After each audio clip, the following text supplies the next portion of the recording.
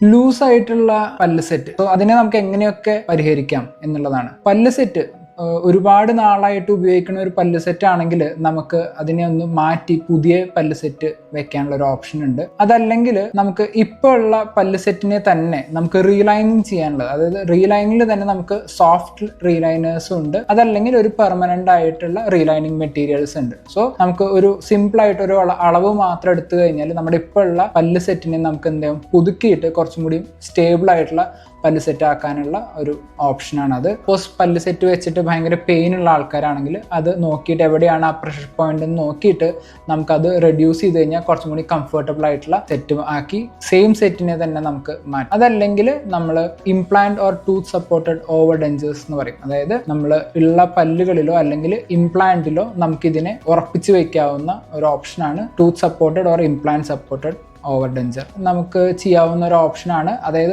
Over extension ഉള്ള പല്ല് സെറ്റിനെ നമുക്ക് എന്ത് ചെയ്യാം, ഇവിടെ വന്ന് നോക്കി എവിടെയാണ് ആ ഓവർ എക്സ്റ്റൻഷൻ നോക്കി അത് റെഡ്യൂസ് ചെയ്ത് കഴിഞ്ഞാലും പലപ്പോഴും എന്തുണ്ടാവും, ആ പല്ല് സെറ്റിന്റെ പിടുത്തം വളരെ കൂടുതലാകും. അപ്പോൾ ഇങ്ങനത്തെ ഒരു ലൂസ് ഡെഞ്ചറിന്റെ ഒരു ഇഷ്യൂ ഉള്ള ആളാണ് നിങ്ങളെങ്കിൽ തീർച്ചയായിട്ടും അടുത്തുള്ള ഒരു ഡെന്റൽ ക്ലിനിക്കിൽ പോയി അതിനൊരു പ്രോപ്പറായിട്ട് ചെക്കപ്പ് എടുത്തിട്ട് അതിന്റെ ട്രീറ്റ്മെന്റ് എടുക്കേണ്ടതാണ്.